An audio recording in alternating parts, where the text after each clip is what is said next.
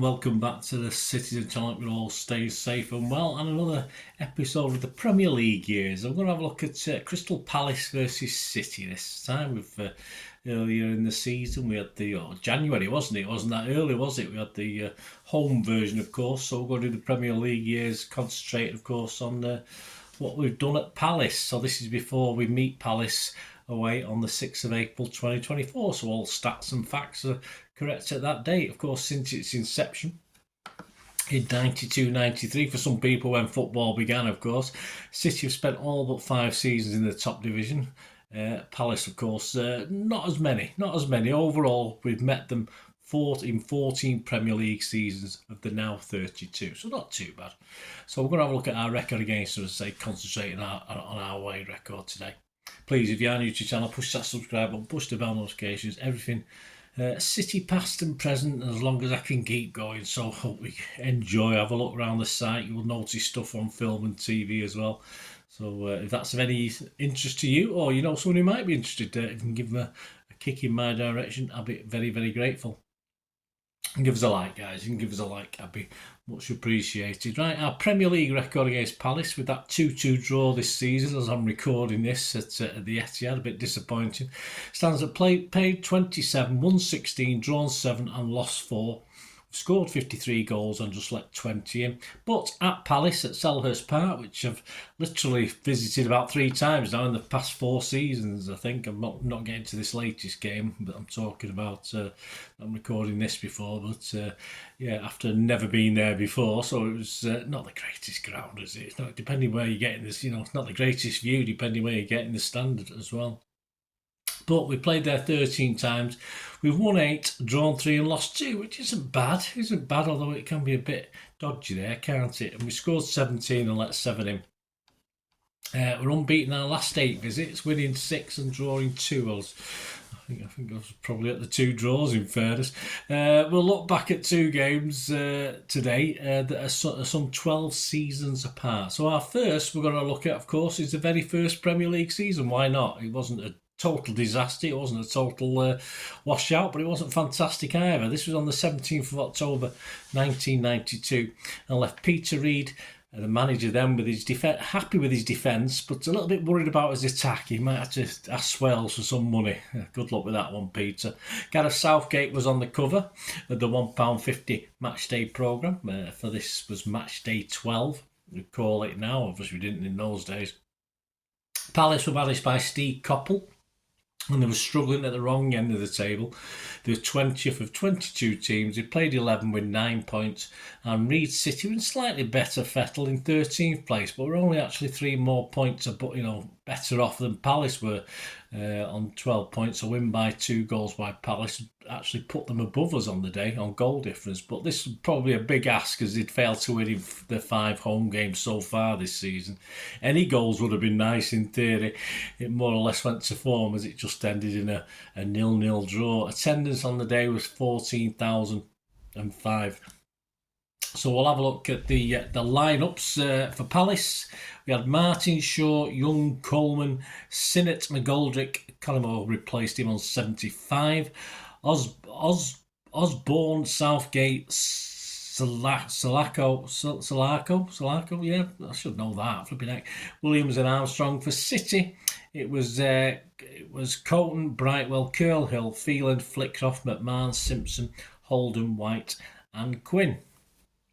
And the referee, I never heard of this guy, Bodenham from Cornwall. Don't remember him much. Over to the Paul Hinch report of the game anyway. Peter Reid didn't know whether to laugh or cry like the rest of us after watching City's barren battle. The Blues boss was delighted, and with good reason, at another magnificent display from his back 4, who added to their growing reputation as one of the best defences in the Premier League. But even the 5-star show from Keith Curl, Andy Hill, Ian Brightwell and Terry Phelan couldn't keep the worry lines away from Reid's brow. For the main road manager knows better than most that clean sheets are the only half the equation for a side with genuine title ambitions. Defenders save matches, but it's forwards who win them. And the evidence from Saturday's dour scrap was as clear as day. City don't have a chance of making an impression on the championship race until they can find someone to put the ball in the net. A point away from home against a tough, uncompromising side like Palace isn't to be sneered at, but the fact remains that in their last 5 Premier League outings, the Blues have scored just twice. In fact, they have scored only 13 league goals all season. When your second top marksman in late autumn is a centre-half with 2 goals to his credit, then you know you're in big trouble. Reid acknowledged the fact himself by admitting, "I'm not kidding myself, we are the finished article. The lack of goals is a big worry, and it's up to me to do something about it." The big problem with the Blues, it seems to me, is that when Niall Quinn and David, this is Paul Ince again, Niall Quinn and David White aren't scoring, nobody else is either. Against the Palace Eagles on Saturday, White again looked a shadow of the player who forced his way into the England team with an opening burst of 7 goals in as many matches. All strikers hit a drought at some stage, and for the sake of the club's chances this season, let's hope that White's barren spell ends this Saturday. Like White, his towering partner Quinn is having one of those frustrating periods when everything he touches in front of goal turns to dust. Had his confidence been on a high, the big Irishman could easily have left Selhurst Park with a hat-trick under his belt and the match ball under his arm. Quinn did everything right, and when he beat Palace keeper Nigel Martin with a super header from Rick Holden's corner, only to see defender Simon Osborne hack the ball off the line, he was judged to be fractionally offside when he looped a header over Martin and into the net, and a third header whistled inches wide, which Quinn would normally have put away with his eyes closed. While the strikers are on strike, the obvious danger is that the other side will pinch all 3 points by scoring just 1 goal. The main road men cannot rely on keeper Tony Cote and his back four forever, at least not if they want to be considered as genuine title contenders. Goals win trophies. If they don't start flowing consistently, and soon, the Blues are going to be on the outside looking in next May. Peter Reid's view, the manager's view on the game: you can never be disappointed when you come away with a point from a match against Palace, who are very physical and well organised. I thought our entire back four was absolutely top class. They look rock solid, and this is making us a very hard team to beat at this moment. But obviously the lack of goals is a big worry. I've got to believe that the goals will start to flow sooner or later with players like Quinn and White in the side. It's obvious that we are not the finished article, that something is missing in our play. I believe I know what it is, and it is my responsibility as a manager to rectify the problem. Player ratings, yes, these are Paul Hince's player ratings. Colton, Brightwell, Phelan, McMahon and Curl all scored an 8. Man of the match was Andy Hill. He got a 9. Got a few man of the matches, Andy Hill. White, Flickcroft, Quinn and Simpson all got 6s, and Ricky Holden got a 7. The attendance, yes, 14,005. Man of the match, Andy Hill, a towering display from City's bargain buy from Berry, who has hardly put a foot wrong since switching to centre half recently. So there you go, yeah. Doing very, very well. Around the Premier League, some other scores. Chelsea 2, Ipswich 1, 16,000 at that one. Everton 1, Coventry 1, 17,000 at that one. Leeds 3, Sheffield United 1, 29,000. Norwich 2, QPR 1, 16,000. Nottingham Forest 0. Sorry, Nottingham Forest fans. Arsenal 1, 24,000. Sheffield Wednesday 2, Oldham 1, 24,000 there. Southampton 2, Wimbledon 2, just 11,000 there, and Tottenham 2, Middlesbrough 2, just over 24,000 there. So not the biggest crowds were they in those days, which it's just how it was. No one picked on them, though, did they? Anyway, the 0-0 dropped City a place, a point behind Oldham at that stage. Their season didn't go very well, and Palace were moving to the bottom 2. Wimbledon above them on goal difference, only Forest below them. They would lose their spot at Palace in the top division on goal difference too. Yes, Oldham Athletic. They finished 4th from bottom, so they managed to survive. We finished 9th. Our second featured match was City's first win at Selhurst Park, and would come in our 3rd Premier League visit to Selhurst on the 18th of September 2004, so some 12 seasons later. This was match day 6. Palace were back in the Premiership after winning through the playoffs the previous season, but again struggling. They just had 1 point from 5 games.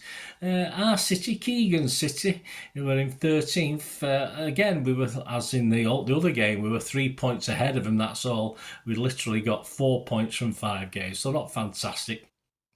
Fans featured on the cover of the now £3 programme, and Ian Dowie. Ian Dowie was the Palace manager.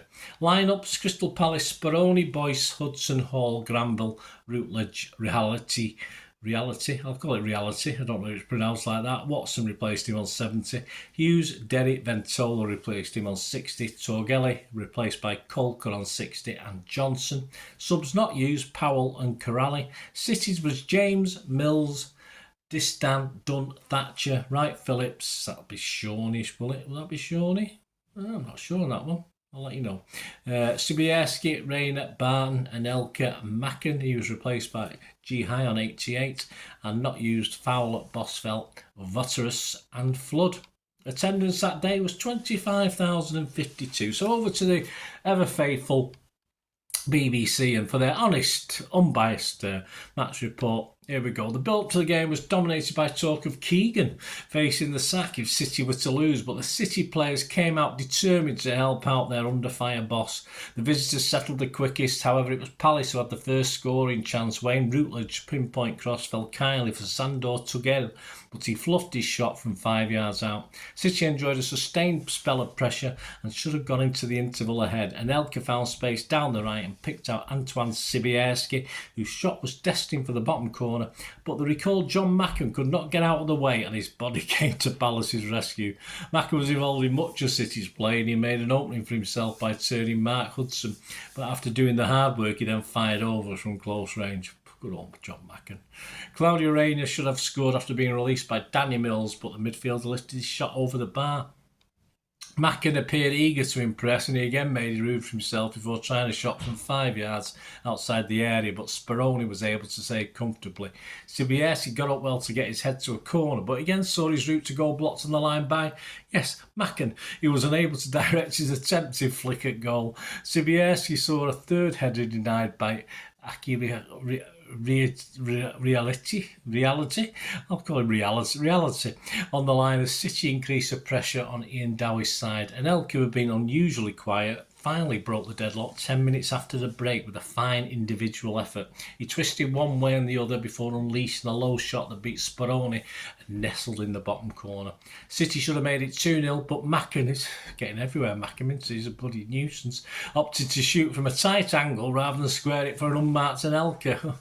What a star. And his same effort could only find the side netting. Anelka did not have to wait long though for another opportunity. City were awarded a penalty when Wright Phillips was bundled over. It's got to be Shawnee, hasn't it? Was bundled over from behind by Granville.